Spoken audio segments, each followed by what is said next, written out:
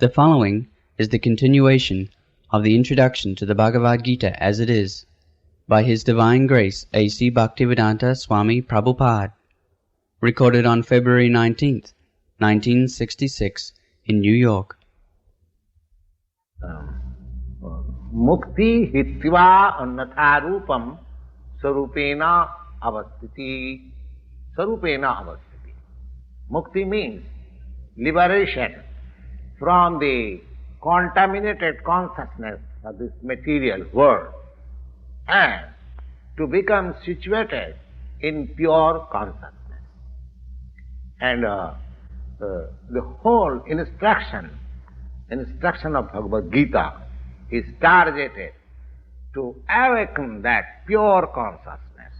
We will find in the last stage of the instruction of Bhagavad Gita that Krishna is asking Arjuna whether he is now in purified consciousness. Whether he was in purified consciousness. The purified consciousness is to act according to the direction of the Lord. That is purified consciousness. That is the whole sum and substance of purified consciousness.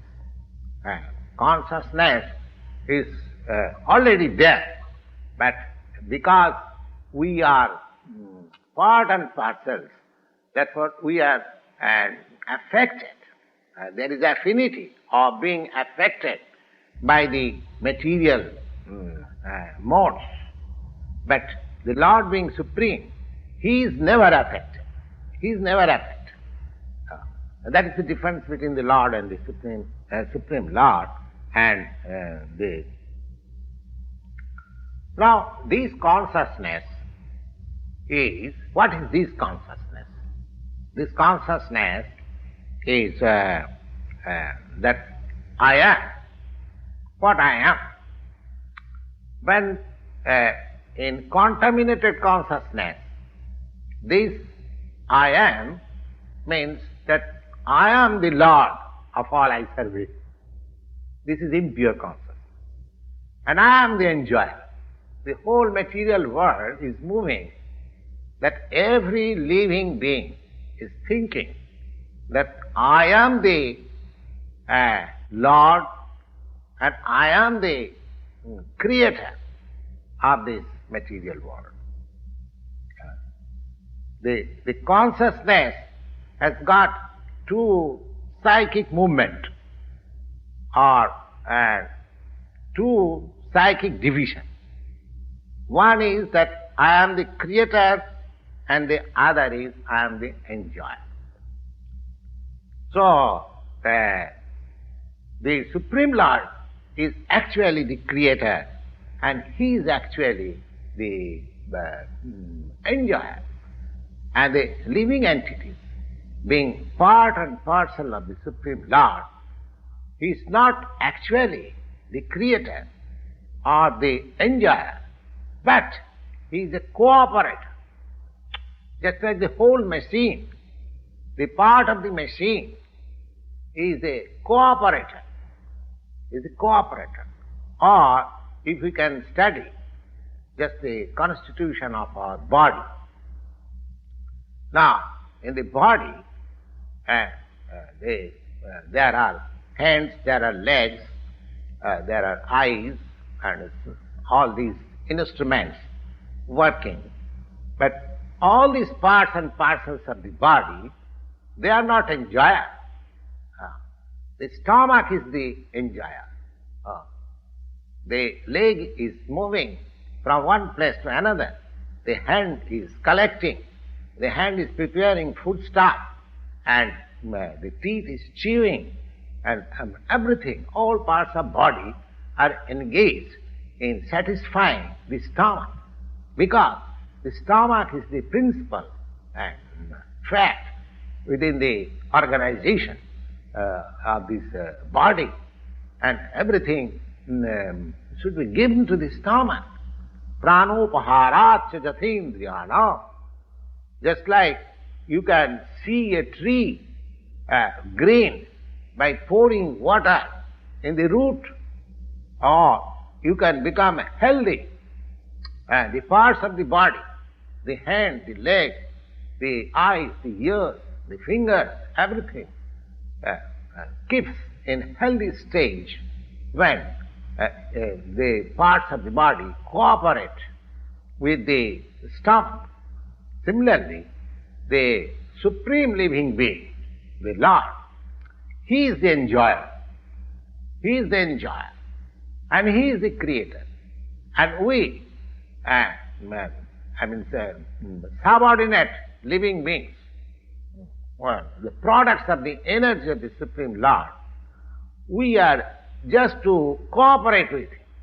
That cooperation will help. Just for example, a good foodstuff taken by the fingers, if the fingers think that why should we give it to the stomach? Let us enjoy. No. That is a mistake. The fingers are unable to enjoy. If fingers want the fruit of enjoyment of that particular foodstuff, the fingers must put it into the stomach. So the whole arrangement is that the central figure of creation, the central figure of enjoyment is the Supreme Lord. And the living entities, they are simply cooperate. By cooperation they enjoy. The relation is just like the master and the servant. If the master is satisfied, if the master is fully satisfied, the servants are automatically satisfied. That is the law. Similarly, the Supreme Lord should be satisfied, although the tendency for becoming a creator and the tendency to enjoy this material world is there also in the living entities, because it is there in the Supreme Lord. He has created the manifested cosmic world. Therefore, we shall find in this Bhagavad Gita that the complete whole comprising the Supreme Controller, the controlled living entities, the cosmic manifestation, the eternal time, and the activities, all of them are completely explained. So, the whole thing taken together completely is called the Absolute Truth. The complete whole, or the Supreme Absolute Truth, is therefore the complete personality of Godhead, Sri Krishna. As we have explained, that the manifestations are due to his different energies, and he is the complete whole. The impersonal Brahman is explained in the Bhagavad Gita, that impersonal Brahma is also subordinate to the complete person. Brahmanaham pratishtha.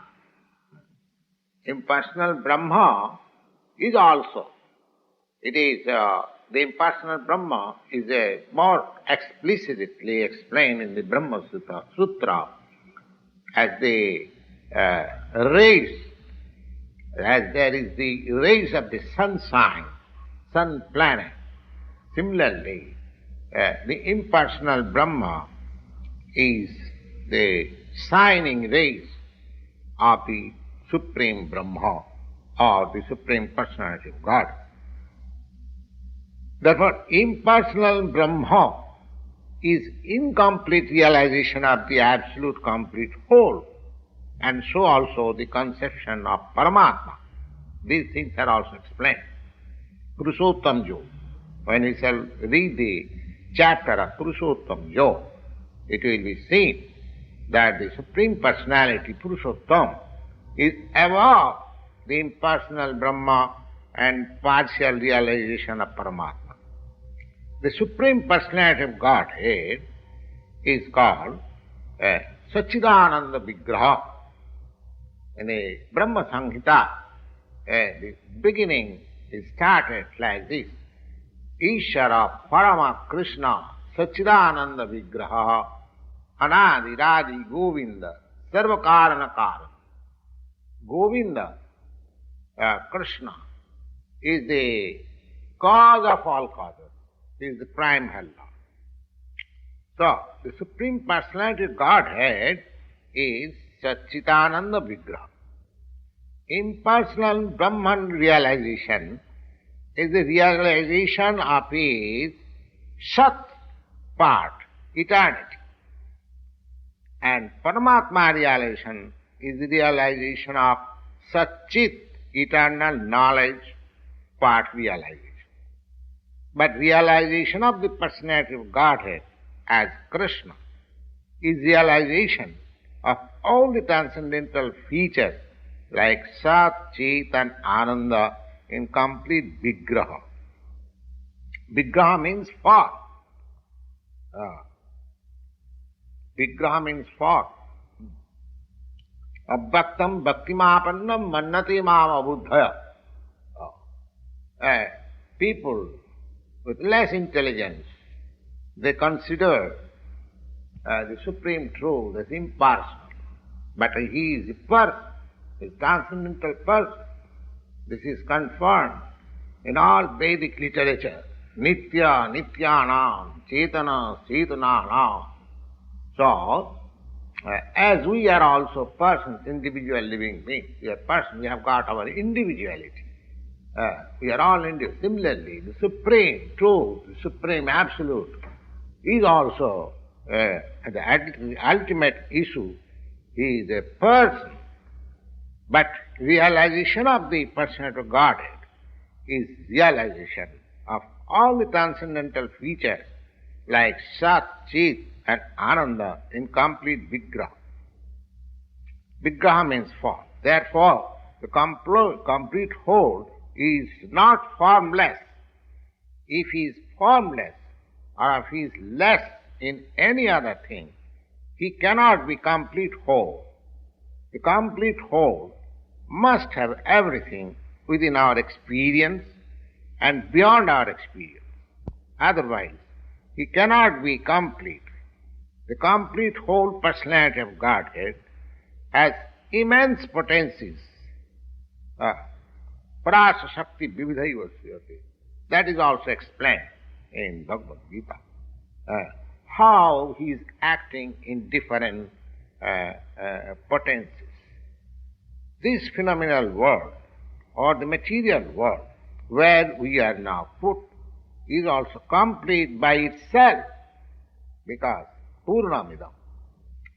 The 24 elements of which, according to Sankhya philosophy, the 24 elements of which this material universe is a temporary manifestation, are completely adjusted to produce complete things which are necessary for the maintenance and subsistence of this universe. No extraneous effort by any other unit is required for the maintenance of the universe. It has its own time fixed up by the energy of the complete whole, and when the time is complete, these temporary manifestations will be annihilated by the complete arrangement of the complete. There is complete facility for the small complete units, namely the living entities, to realize the complete. And all sorts of incompleteness is experienced on account of incomplete knowledge of the complete. So, the Bhagavad Gita is the complete knowledge of the Vedic wisdom. The whole Vedic knowledge is infallible. The there are different examples how we take Vedic knowledge as infallible. Take for example, so far the Hindus are concerned and how they accept the Vedic knowledge as complete. Here is an insignificant example. Just like the cow dung. The cow dung is the stool of an animal. According to Smriti or Vedic wisdom, if one touches the stool of an animal, he has to take his bath to purify himself. But in the Vedic scriptures, the cow dung is stated as pure. Rather, impure flesh or impure things are purified by touch of the cow dung. Now, if one argues how it is that in one place it is said that the stool of the animal is impure, in another place it is said that the cow dung, which is also the stool of an animal, it is pure. So it is contradictory. But actually, it may appear to be contradictory, but because it is Vedic injunction, therefore, for our practical purposes, we accept it. And by that acceptance, we are not committing mistake. It has been found by modern chemists, modern science. One Dr. Lal Mohan Gosar, he has very minutely analyzed the cow dung, and he has found the cow dung is a composition of all antiseptic properties. So similarly, he has also analyzed the water of the Ganges out of curiosity. So, my idea is that Vedic knowledge is complete because it is above all doubts and all mistakes. And Bhagavad Gita is the essence of all Vedic knowledge. The Vedic knowledge is therefore infallible. It comes down to the perfect disciplic succession. Therefore, Vedic knowledge is not a thing of research. Our research work is imperfect because we are searching everything with imperfect senses. Therefore, the result of our research work is also imperfect. It cannot be perfect. We have to accept the perfect knowledge. The perfect knowledge is coming down, as it is stated in the Bhagavad Gita. Just we have begun. Evang parampara praptam imang rajal. We have to receive the knowledge from the right source in a disciplic succession of spiritual masters, beginning from the Lord Himself. The Bhagavad Gita is spoken by the Lord Himself, and Arjuna, the student who took lessons of the Bhagavad Gita, he accepted the whole story as it is, without any cutting. That is also not allowed. That we accept a certain portion of Bhagavad Gita and reject another portion, that is also not accepted. We must accept the Bhagavad Gita without interpretation, without any cutting, and without our own whimsical participation in the matter, because it should be taken as the most perfect Vedic knowledge. The Vedic knowledge is received from the transcendental sources because the first word was spoken by the Lord Himself. The word spoken by the Lord is called apaurasya, or not delivered by any person of the mundane world, who is infected with four principles of imperfectness. A living being of the mundane world has four defective principles of life, and they are: 1, that he must commit mistake; 2, he must be sometimes illusion; and 3, he must try to cheat others; and 4, he is endowed with imperfect senses. With all these four principles of imperfectness, one cannot deliver the perfect form of information in the matter of all-pervading knowledge. The Vedas are not like that. The Vedic knowledge was imparted in the heart of Brahma, the first created living being, and Brahma, in his turn, disseminated the knowledge to his sons and disciples as were originally received from the Lord. The Lord being Purnam, or all-perfect, there is no chance of his becoming subjected to the laws of material nature. One should therefore be intelligent enough to know that except the Lord, nobody is the proprietor of anything within the universe. That is explained in the Bhagavad Gita. Aham sarvasya prabhu, matta sarvam prabhastati, iti matya bhajanti ma, buddha bhavo samannita. The Lord is the original creator. He is the creator of Brahma. He is the creator, that is also explained. He is the creator of Brahma. In the 11th chapter, the Lord is addressed as Prapitamaha, because Brahma is addressed as Pitamaha, the grandfather. But he is the creator of the grandfather also. So, nobody should claim to be the proprietor of anything, but he must accept things which are set aside by the Lord as his quota of maintenance. Now, there are many examples how we have to utilize the allotment of the Lord. That is also explained in the Bhagavad Gita.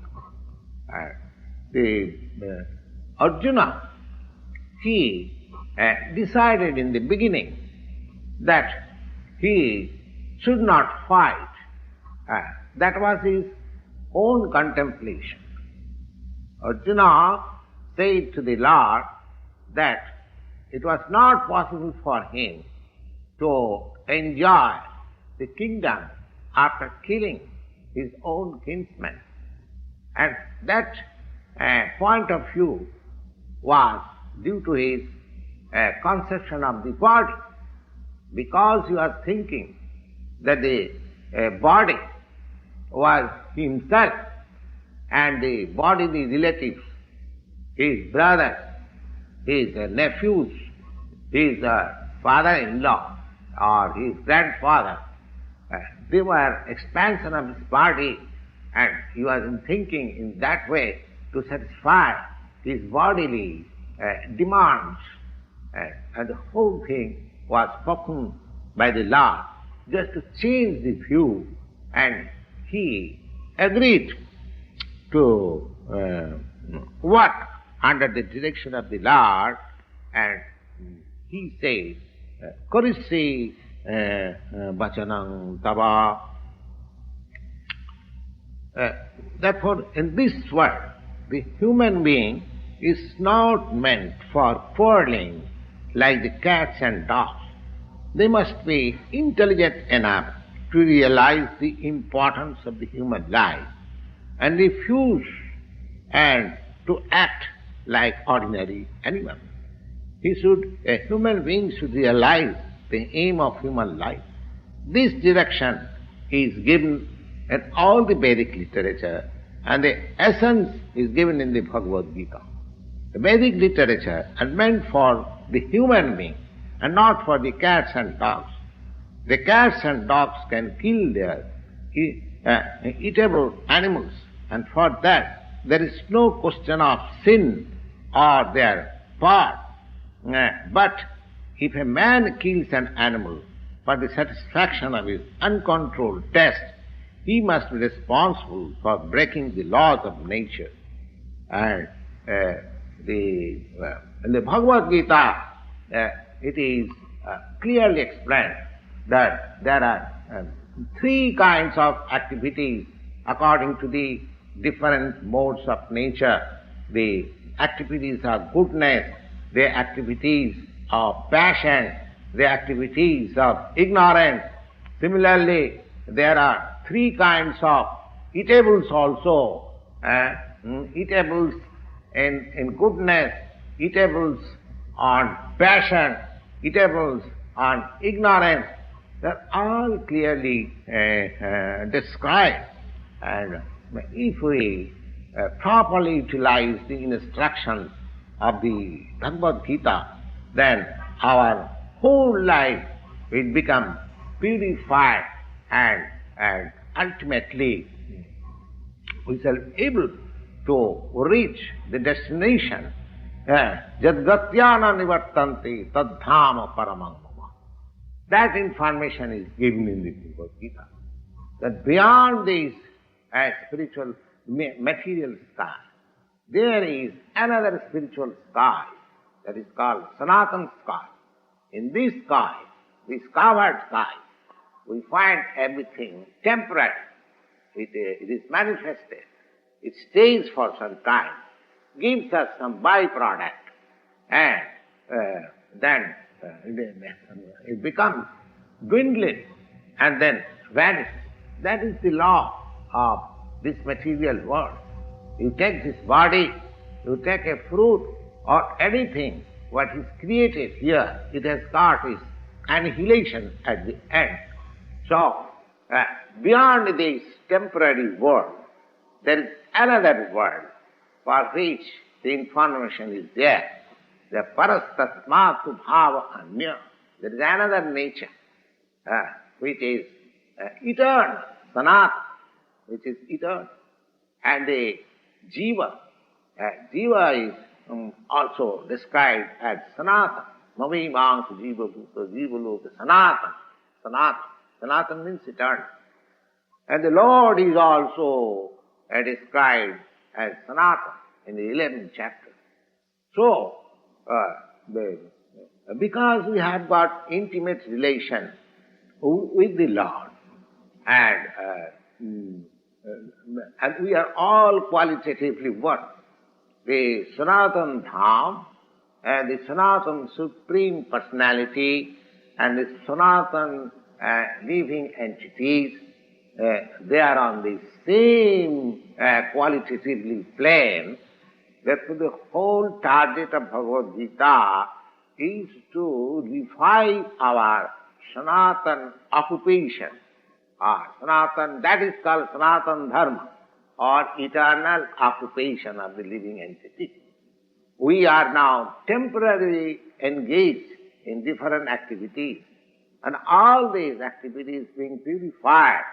When we give up all these temporary activities, sarva dharman parityajya, Sanatana Dharma, as mentioned above, that the Supreme Lord is Sanatana, and the transcendental abode, which is beyond the spiritual sky, that is also Sanatana. And the living entities, they are also Sanatana. So association of the Sanatana Supreme Lord, Sanatana living entities in the Sanatana eternal abode is the ultimate aim of human form of life. The Lord is so kind upon the living entities because the living entities are claimed to be all sons of the Supreme Lord. This Lord declares to reclaim the conditioned souls, and therefore Sanatana Dharma does not mean any sectarian process of religion. It is the eternal function of the eternal living entities in relationship with the eternal Supreme Lord. Now, so far Sanatana Dharma is concerned, it means the eternal accretion. Srila Ramanujacharya has explained the word Sanatana as the thing which has neither any beginning nor any end. And when we speak of Sanatana Dharma, we must take it for granted on the authority of Srila Ramanujacharya that it has no beginning nor any end. The word religion is a little different from Sanatana Dharma. Religion conveys the idea of faith. Faith may change.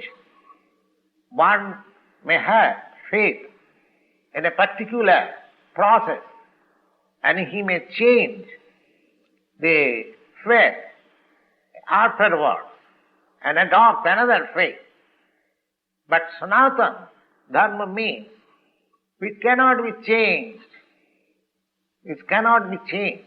Just like the water and liquidity. Liquidity cannot be changed from water. Heat and fire. Heat cannot be changed from fire. Similarly, the eternal function of the eternal living entity, which is known as Sanatana Dharma, cannot be changed. It is not possible to change. We have to find out what is that eternal function of the eternal living entity. When we speak of Sanatana Dharma, therefore, we must take it for granted on the authority of Srila Ramanujacharya that it has no beginning nor any end. The thing which has no end, no beginning, must not be any sectarian thing or limited by any boundary. When you hold on the conference on the Sanatana Dharma, people belonging to some of the non-eternal religious faith may wrongly consider it that we are dealing in some sectarian thing. But if we go deep into the matter and test everything in the light of modern science, it will be possible for us to see Sanatana Dharma as the business of all the people of the world, nay, all the living entities of the universe. Non-Sanatana religious faith may have some beginning in the annals of the human society, but there cannot be any history of the Sanatana Dharma because it continues to remain with the history of the living entities. So far, living entities are concerned, we find it from the authority of the Shastras that the living entities have also no birth or death. In the Bhagavad Gita, it is clearly stated that the living entity is never born nor does it ever die. It is eternal, indestructible, and continues to live after the destruction of his temporary material body. With reference to the above concept of Sanatana Dharma, we may try to understand the concept of religion. From the Sanskrit root meaning of the word dharma, it means that which is constantly with a particular object. As we have already mentioned, when we speak of fire, it is concluded at the same time that there is heat and light along with the fire. Without heat and without light, there is no meaning of the word fire. Similarly, we must find out the essential part of a living being which is always companion with him. That part of constant companion of the living being is his eternal quality, and the eternal part of the living being's quality is his eternal religion. When Sanatana Goswami asked Lord Sri Chaitanya Mahaprabhu about the Sarup, we have already discussed about the Sarup of every living being. Sarup, or real constitution of the living being, the Lord replied that the constitutional position of the living being is to render service to the Supreme Personality of God. But if we analyze this part of the statement of Lord Chaitanya, we can very well see that every living being is constantly engaged in the business of rendering service to another living being. A living being serves another living being in different capacities, and by doing so, the living entity enjoys life.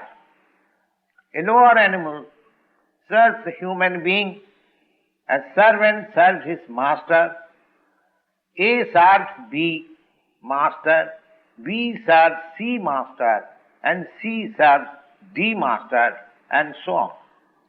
Under these circumstances, we can see that a friend serves another friend, and the mother serves the son, or the wife serves the husband, or husband serves the wife. If we go on searching in that spirit, it will be seen that there is no exception in the society of the living being where we do not find the activity of service. The politician presents his manifesto before the public and convinces voters about his service capacity.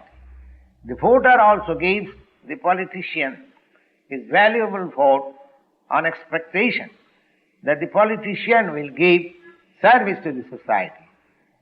The shopkeeper serves the customer, and the artisan serves the capitalist.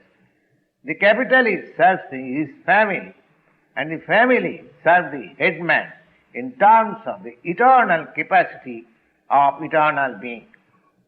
In this way, we can see no living being is exempted from the practice of rendering service to other living beings, and therefore we can conclude that service is a thing which is the constant companion of the living being, and therefore it may be safely concluded that rendering of service by a living being is the eternal religion of the living being.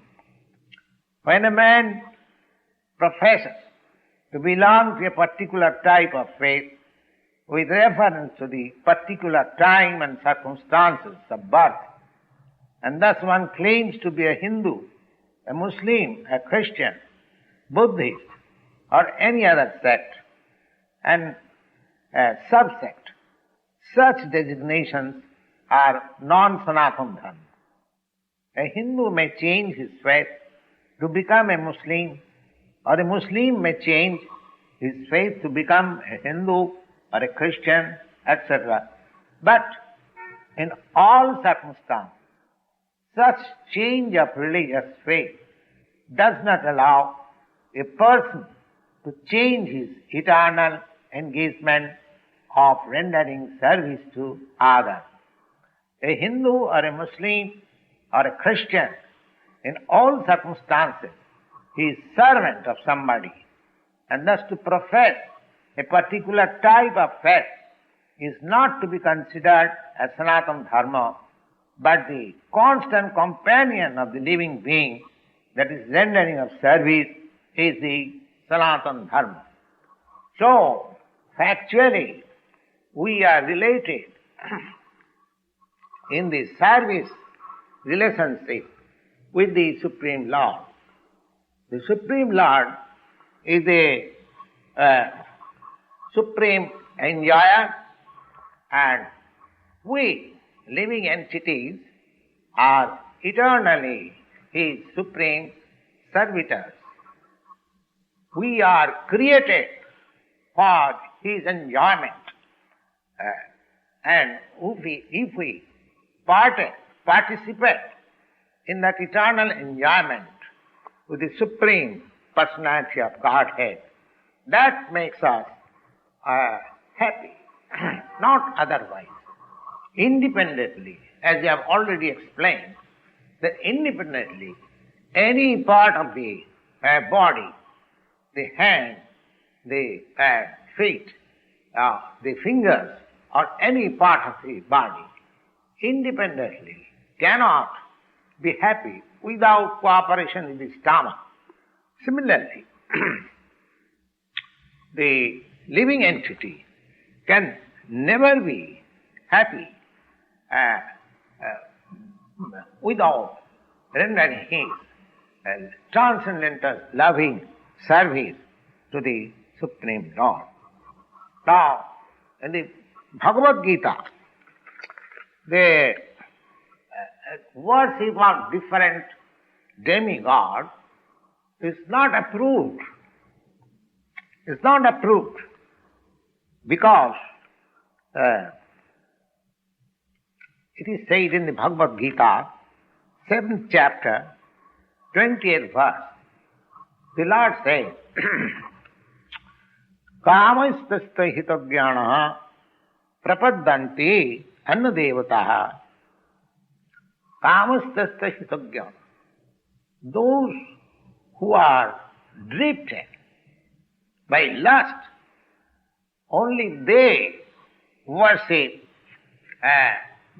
the demigods other than the Supreme Lord, Krishna. We also may remember that when you speak of Krishna, it is not a sectarian name. The Krishna name means the highest pleasure. It is confirmed that the Supreme Lord is the reservoir, is the storehouse of all pleasure. We are all hankering after pleasure. Anandamaya abhyasat. The living entities or the Lord, because we are full of consciousness, therefore our consciousness is after happiness. Happiness. The Lord is also perpetually happy. And if we associate with the Lord, cooperate with Him, take part in His association, then also we become happy. The Lord descends on this mortal world to show His pastime in Vrindavan, full of happiness. When Lord Sri Krishna was in Vrindavan, his activities with his cowherd boys friends, with his dancers, with his damsel friends, and with the inhabitants of Vrindavan, and his occupation of cow herding in his childhood, and all these pastimes of Lord Krishna was full of happiness. The whole of Vrindavan, the whole population of Vrindavan was after him. They did not know except Krishna. Even Lord Krishna restricted his father Nanda Maharaj in worshipping the demigod Indra, because he wanted to establish that people need not worship any other demigod except the Supreme Personality of God.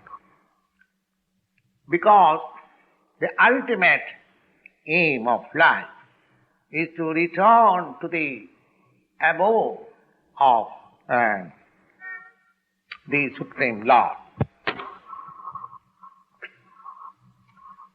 The abode of Lord Krishna is described in the Bhagavad Gita, 15th chapter, 6th verse. Natad bhasayati surya na sasanka na pavakaha jadgatya na nivartante tadhyamam paramam mama. Now, the description of that eternal sky, when we speak of sky, because we have material conception of the sky, therefore we think of the sky with sun, moon, stars, like that. But the Lord says that the eternal sky, there is no need of sun. Natad bhasayate surya, no sasanka, no pavaka. Neither in that eternal sky there is need of moon. No pavaka means neither there is necessity of electricity or fire for illuminating, because the spiritual sky is already illuminated by the Brahma Jyoti, Yasya Prabha, the rays of the Supreme above. Now in these days, when people are trying to reach other planets, it is not very difficult to understand the abode of the Supreme Lord. The abode of the Supreme Lord is in the spiritual sky, and it is named as Golaka. In the Brahma Samhita, it is very nicely described. Golaka eva nivasati akhila atma bhuta. The Lord, although resides eternally in his abode, Golaka, still he is akhila atma bhuta. He can be approached from here also. And the Lord therefore comes to manifest his real form, Satchidananda Vigraha, so that we may not have to imagine. There is no question of imagination. The Lord's presence, by his causeless mercy, he presents himself in his Shyama Sundara. Unfortunately, people with less intelligence deride at him. Avajananti mang moodha. because the Lord comes as one of us and just like plays with us as a human being. Therefore we need not consider that Lord is one of us. It is His omnipotency that He presents Himself with His real form before us and displays His pastimes, just the prototype of His abode. So that abode of Lord, there are innumerable planets also in that Brahma Jyoti.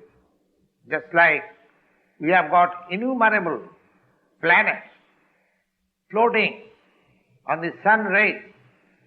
Similarly, in the Brahma Jyoti, which is emanating from the abode of the Supreme Lord, Krishna Loka, Goloka, Ananda Chinmaya Rasa Pratibhavitavi. All those planets are spiritual planets. They are Ananda Chinmaya. They are not material planets. So, the Lord says, Natad bhasayati sujja, na sasanka na pava, jadgatya na nivartante, tadhyama paramamama. Now, anyone who can approach that spiritual sky will not be required to come back again in this material sky. So long we are in the material sky, what to speak of approaching the moon planet? The moon planet, of course, is the nearest planet, but even we approach the highest planet, which is called Brahmaloka.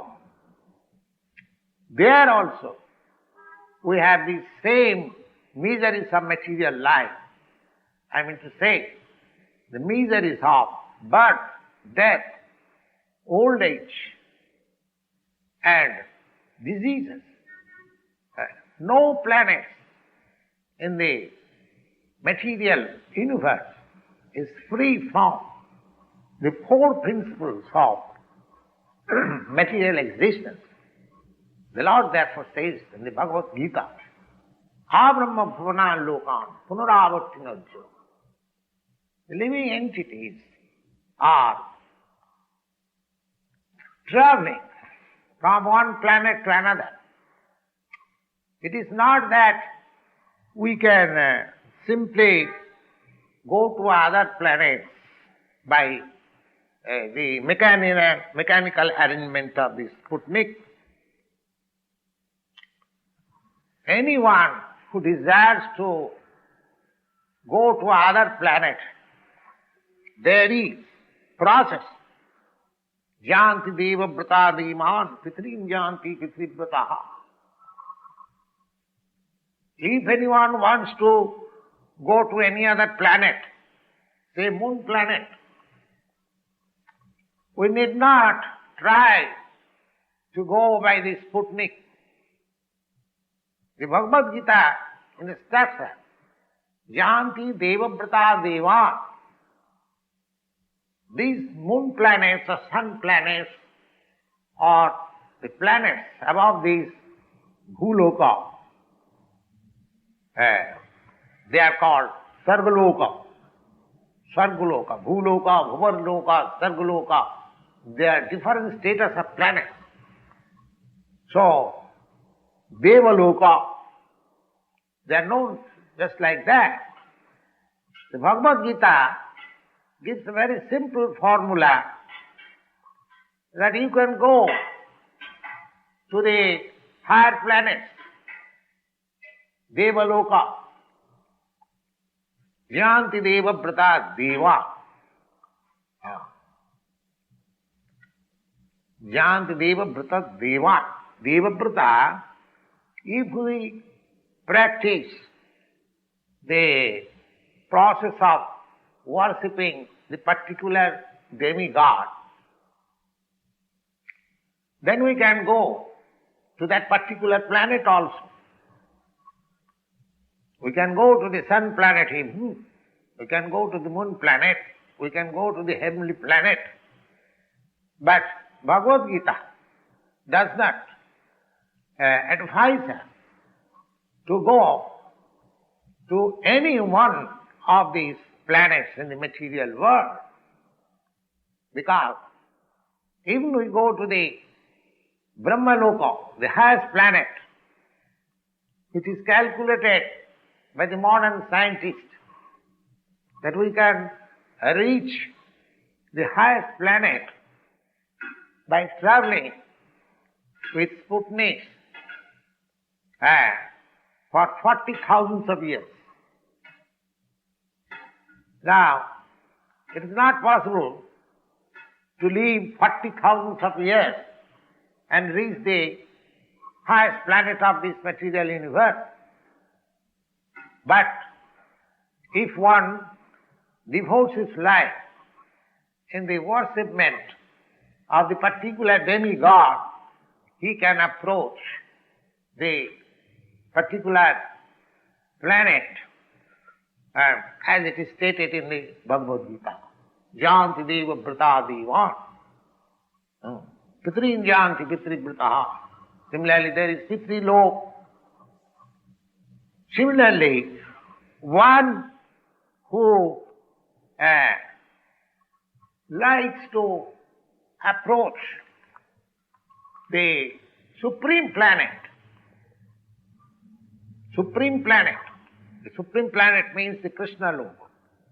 In the spiritual sky, there are innumerable planets, Sanatan planets, eternal planets, which are never destroyed, annihilated.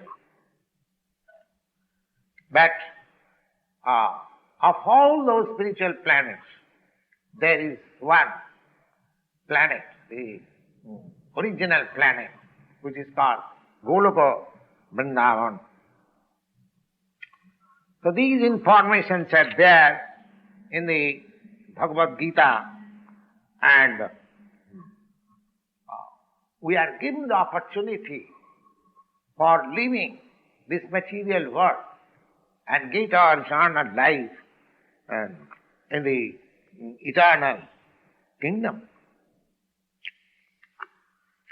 Now, in the 15th chapter of the Bhagavad Gita, the real picture of this material world is given.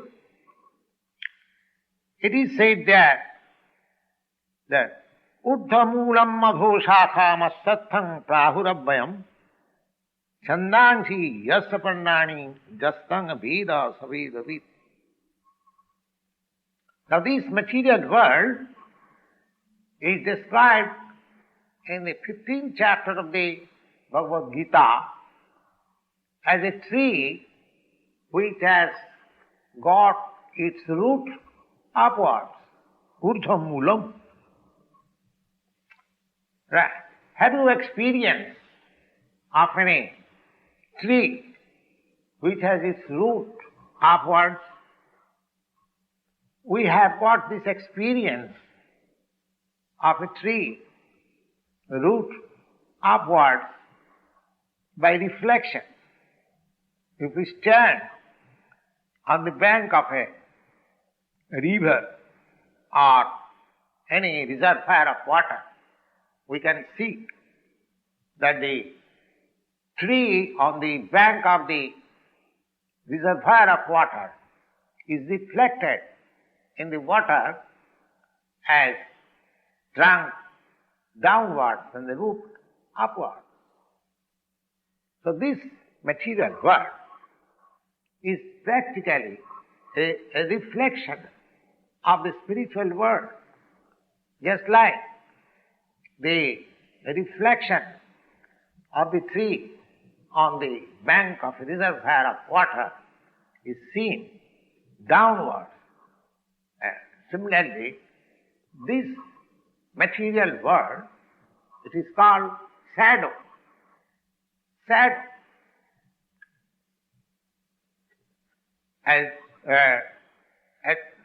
as is in the shadow, there cannot be any reality. But at the same time, from the shadow, we can understand that there is reality.